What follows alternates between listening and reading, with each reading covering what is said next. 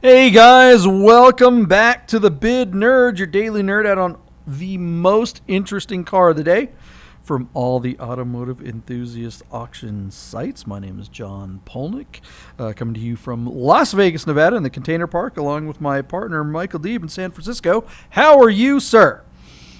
So happy to be here, JP. What's going on, man? We are making shows. We are talking about cars from the interwebs because that's what we do. We dig through all the BATs, the cars and bids, the marked, the shiftgate, all these different automotive enthusiast auction sites. There's so many now. We whittle it down to the number one most interesting car of the day. We make a prediction as to what we think that car is going to sell for. And then we reveal how much it actually sold for. And one of us is good at this, one of us is not. There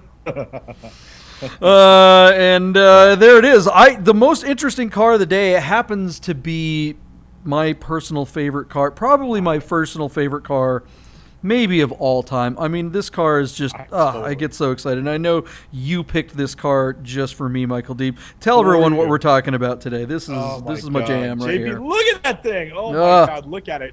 Believe it or not, John, this is a one-owner 1994 Porsche 964 Speedster, one of 400 or something. I mean, it's super rare. They only made it for 1 year.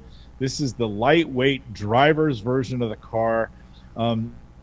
If you remember, in the rest of the world, they were already selling 993s. But for the United States market, they continued to bring in the 964.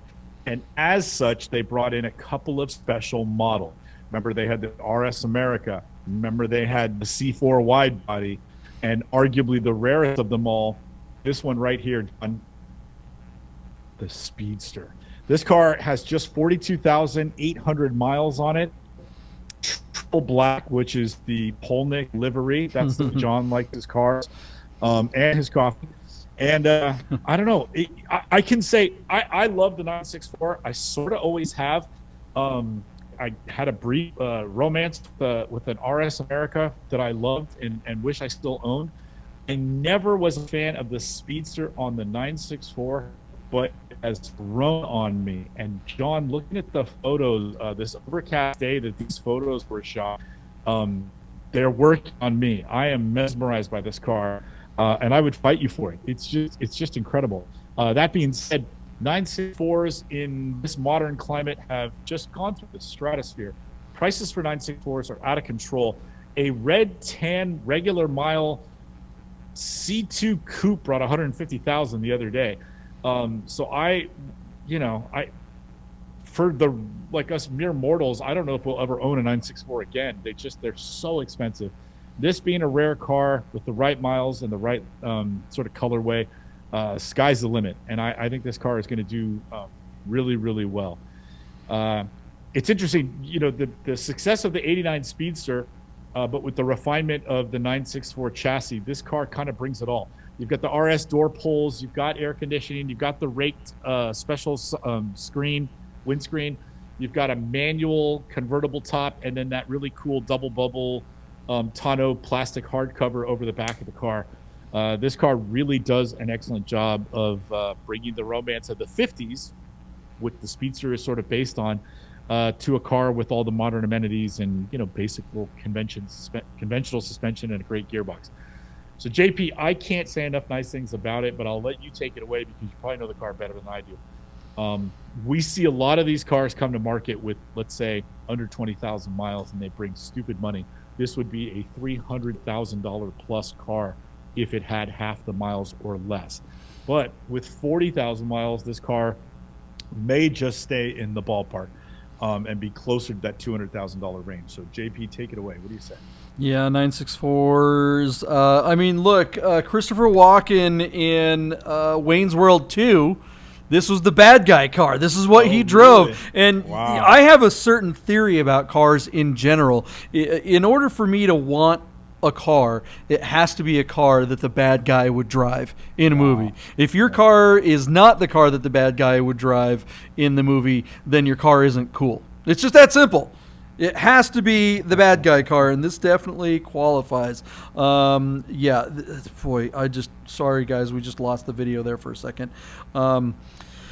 Where do I begin? The 964, you had an RSA, and of course the RSA is one of the greatest 911s of all time, but this is an RSA with no roof. And the funny thing about the 964 Speedsters and the RSAs is when they were new, these were the less expensive car. When you rolled into a Porsche dealership and looked at a coupe or a coupe, in the corner, that car was $80,000. If you wanted the Cabrio next to it, that car would have been $85,000 to $95,000 if it was totally tricked out with all the bells and whistles. And then stuffed in the back corner of the Porsche dealership was this 964 Speedster, and this thing was $60,000. It was like $59,000.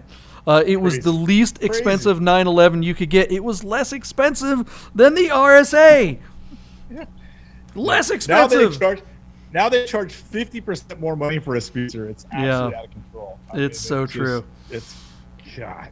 And then there was a time during the the early to mid-aughts where 964s were worth, 15 to 20.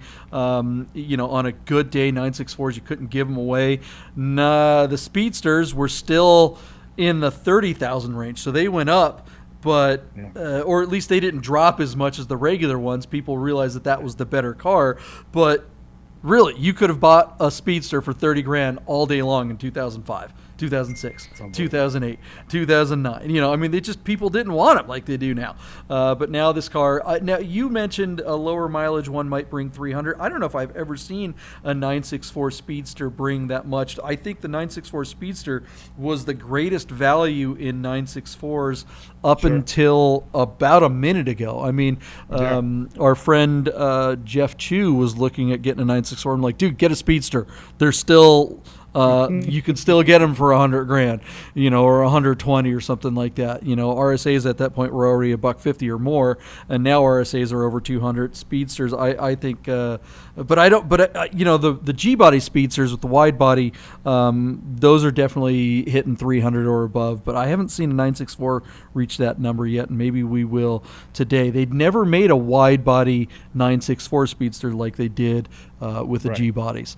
Most G bodies were wide body. Technically, that was an option, but no one in America didn't check that box. There's only a few of them from Europe that are narrow bodies that exist. So the narrow body G bodies in the Speedster are definitely the more rare car. Anyways, this car, what do we think it's gonna get up to on PCar Market?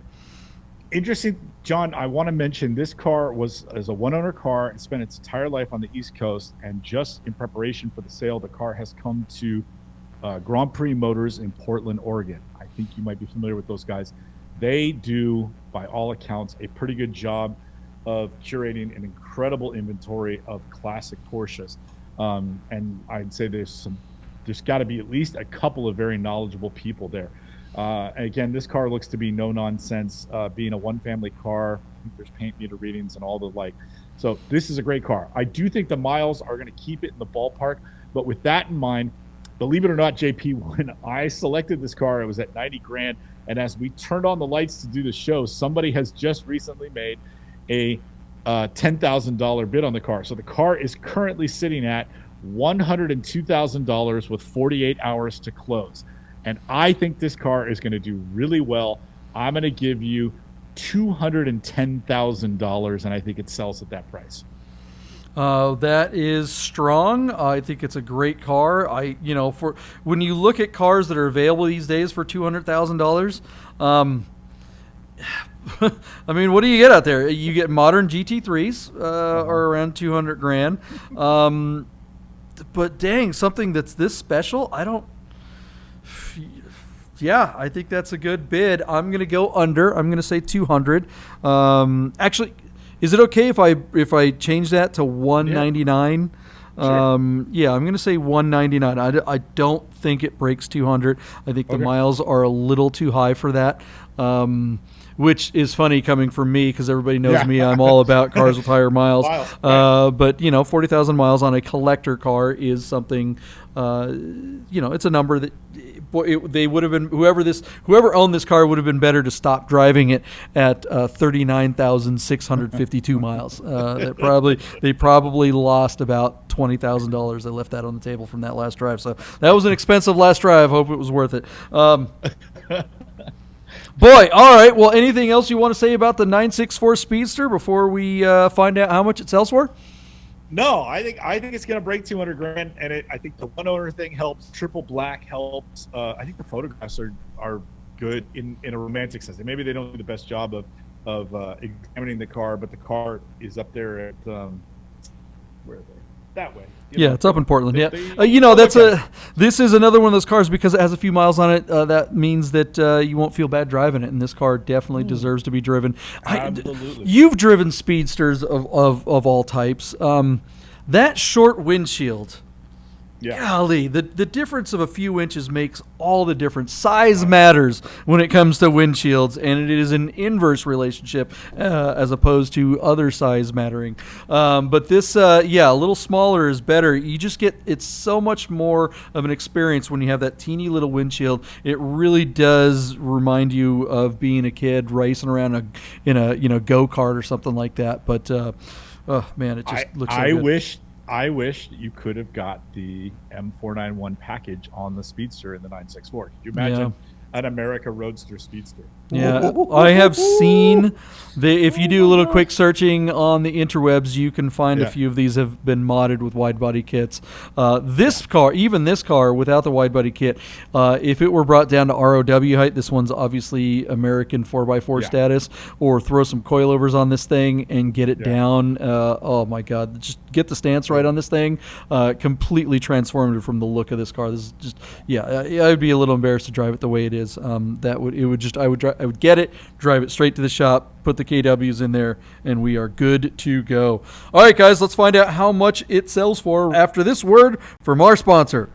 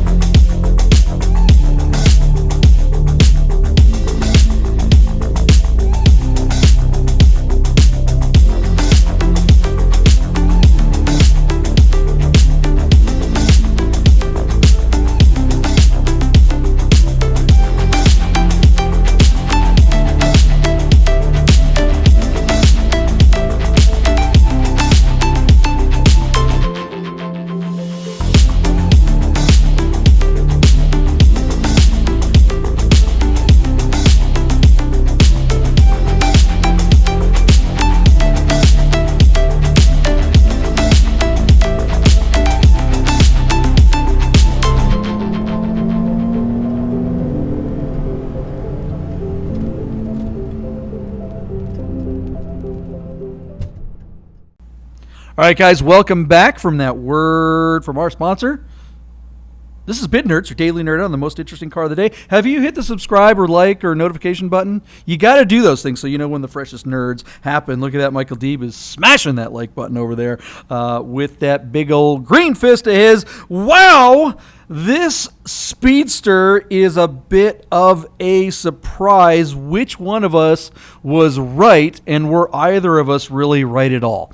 Yeah, JP, this is an interesting one because we got to consider the platform here to some degree. Now, PCar Market has done well with some really interesting Porsches, and I would say that your bid was really right on the money. So here we go. I said $210,000. Despite the miles, I thought that the black on black and the fact that 964s are through the roof, I thought this car would break 200 grand. You took a slightly more calculated tact. You said you didn't think it would bring 200 and you went 199. Our car on PCar Market failed to sell at $167,500 on 17 bids. However, because it's on PCar Market, it is now in the deal tank, offered at a strikingly similar to your bid, $195,000. So JP, you really did win that one because I think your money was in line with the seller, and I think a deal is to be had there, and I think it's great value for the money. But it's interesting to know that it only brought 167 on PCar Market's platform. So interesting that it sort of fizzled out before it got to the final mile. You know what I mean?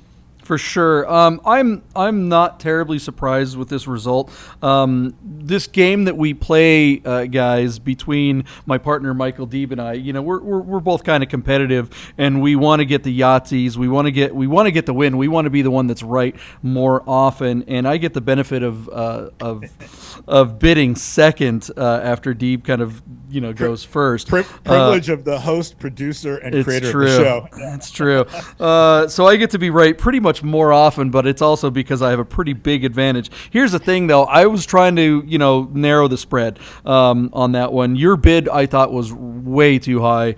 And had we not been playing this game, and had we just written a number down maybe on a piece of paper and revealed it, maybe we change the format, guys. What do you guys think? Tell us in the comments if we just change this. If I shouldn't be getting this big advantage, even though I'd still be more often. It doesn't change my work. It's going to change yours. It is, right? I realistically, I thought this was $170,000. Really? Oh, yeah, well, that would have been a good. That would have been because the miles are high, and if you've watched this show at all, you'll see me give Michael a really hard time about how miles don't matter, especially in Porsches, and they do matter when it comes to value. They don't matter when it comes to driving them.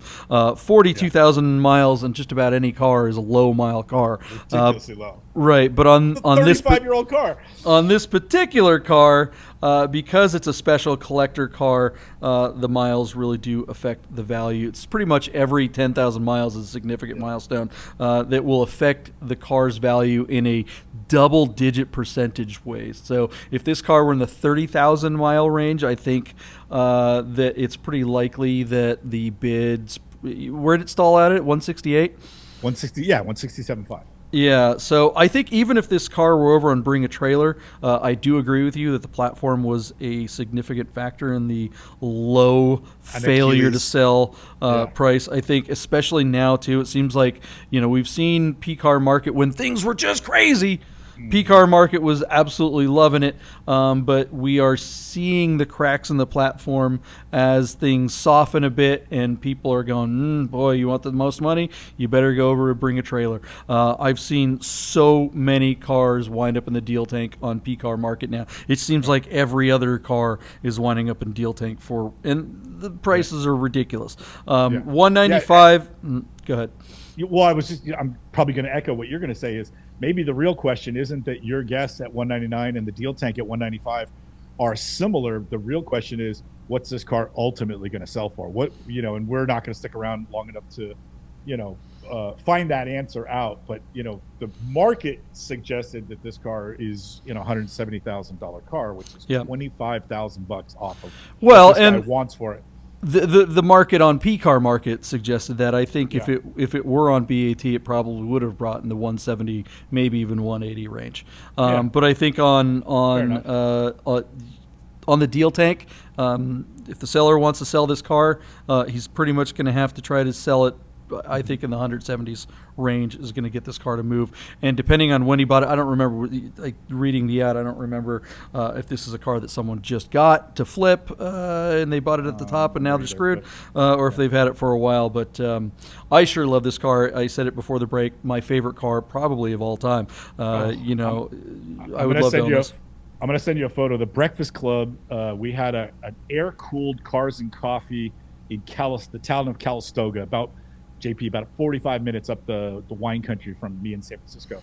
One of the coolest cars at the show was a triple black 964 Speedster with this aftermarket hardtop that made it look like a chopped 48 Merc or 52 Merc. I mean, it was just really cool. So I'll send you a photo of that car. I snapped some pictures of it for you because it looked really good with the hardtop on. I think Strosek made those a while back. Yes, that's exactly right. Yeah, Strosek. It was really, really interesting. It was really badass. Anyway, all right. At 210,000, I thought this car might have a chance to get there because I'm thinking to myself, 964 Speedsters are really rare. And in the week that I've been online looking at all the platforms and doing all the stuff, there are 2 or 3 Speedsters in the market right now that are live auctions. So maybe this car just isn't as rare as I want to believe it. 964 Speedsters or Speedster G-body Speedsters? 964 Speedsters. There's like 2 or 3. So I've a couple of red ones out there. 964 Speedsters have always represented kind of a sweet spot in the Speedster world. G-bodies just go for more, and I think you said before the break, most of the G-bodies are wide body. Like 99.9% of them are wide bodies, and these are all narrow. These cars sure look a heck of a lot better when they're lowered down to ROW height. But Sure. Yeah, that's it. All right, guys. Well, that's it. That was the most interesting car of the day from all the automotive enthusiast auction sites. I hope you guys, I wish you happy hunting out there when you're looking for your car. And if you want to know how much a car should be worth, just look it up on Bid Nerds. Chances are we'll probably tell you. We've probably reviewed the car that you're trying to figure out how much it's worth. Yeah. In the meantime, make sure you subscribe, like, and notification button smash. That was grammatically poor, but whatever. So is Hulk. Smash that like button, guys. Let's see the hand. Let's see the hand, Michael Deeb. Do you have it? There it is. Yeah, right here. Wait, there it is. Smash that like button, guys. We will see you tomorrow on Bid Nerds. Anything else to say, Michael Deeb? Nerd! Get those words!